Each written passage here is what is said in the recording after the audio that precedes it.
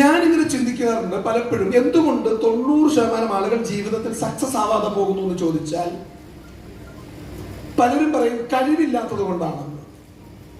കഴിവില്ലാത്തത് കൊണ്ടാണോ എന്ന് ചോദിച്ചാൽ ഞാൻ പറയുക അല്ലെന്ന്. കാരണം ഈ ലോകത്ത് വിജയിച്ചവരെക്കാൾ കഴിവുള്ളവരാണ് തോറ്റുപോയ പല ആളുകളും. ശരിയാണോ അല്ലയോ? ശരിയാണോ അല്ലയോ? ഇത് നമ്മൾ ചോദിക്കും കഠിനാധ്വാനം ചെയ്യാത്തതുകൊണ്ടാണ്. എന്റെ അനുഭവത്തിൽ എനിക്ക് മനസ്സിലാക്കാൻ സാധിച്ചിട്ടുള്ളത്, ജീവിതത്തിൽ വിജയിച്ചവരെക്കാൾ കൂടുതൽ കഠിനാധ്വാനം ചെയ്യുന്നത് ജീവിതത്തിൽ പരാജയപ്പെട്ടു പോയവരാണ്. ശരിയാണോ അല്ലയോ?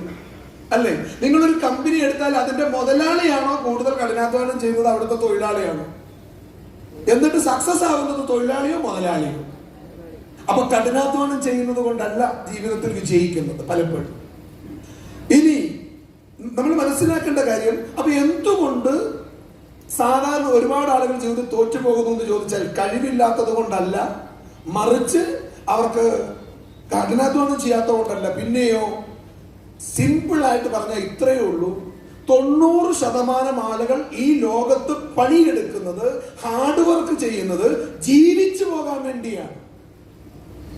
10% ആളുകൾ മാത്രമാണ് ജീവിതത്തിൽ സക്സസ് ആവാൻ വേണ്ടി ഹാർഡ് വർക്ക് ചെയ്യുന്നത്. ഹലോ, ശരിയാണോ അല്ലയോ? ഒരു സാധാരണക്കാരന് നിന്ന് തിരിയാൻ നേരമില്ല. അവൻ ഹാർഡ് വർക്ക് ചെയ്യാണ്. എന്തിനു വേണ്ടി?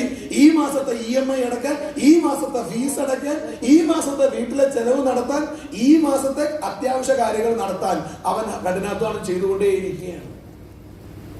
90% ആളുകളും ജീവിതത്തിൽ ഹാർഡ് വർക്ക് ചെയ്യുന്നത് ജീവിച്ചു പോകാനാണ്.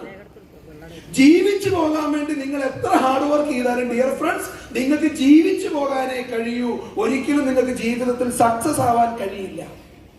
ജീവിതത്തിൽ സക്സസ് ആവണമെങ്കിൽ നമ്മൾ ആദ്യം സക്സസ് ആവാൻ വേണ്ടി പണിയെടുക്കണം. ജീവിതത്തിൽ സക്സസ് ആവാൻ വേണ്ടി പണിയെടുത്തവർ മാത്രമേ ജീവിതത്തിൽ സക്സസ് ആയ ചരിത്രമുള്ളൂ. ഹലോ, ആണോ അല്ലയോ? ജീവിച്ചു പോകാൻ വേണ്ടി പണിയെടുത്തിട്ട് ആരെങ്കിലും സക്സസ് ആയ ചരിത്രമുണ്ടോ? ഒരിക്കലുമില്ല.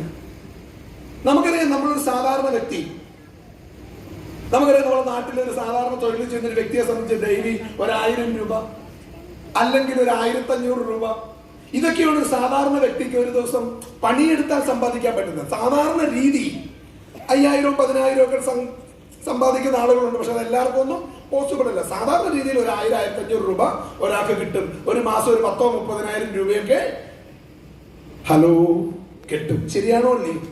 എന്റെ ചോദ്യം, 1000 രൂപ ഡെയിലി കിട്ടിയാൽ ഒരാൾക്ക് ഇന്നത്തെ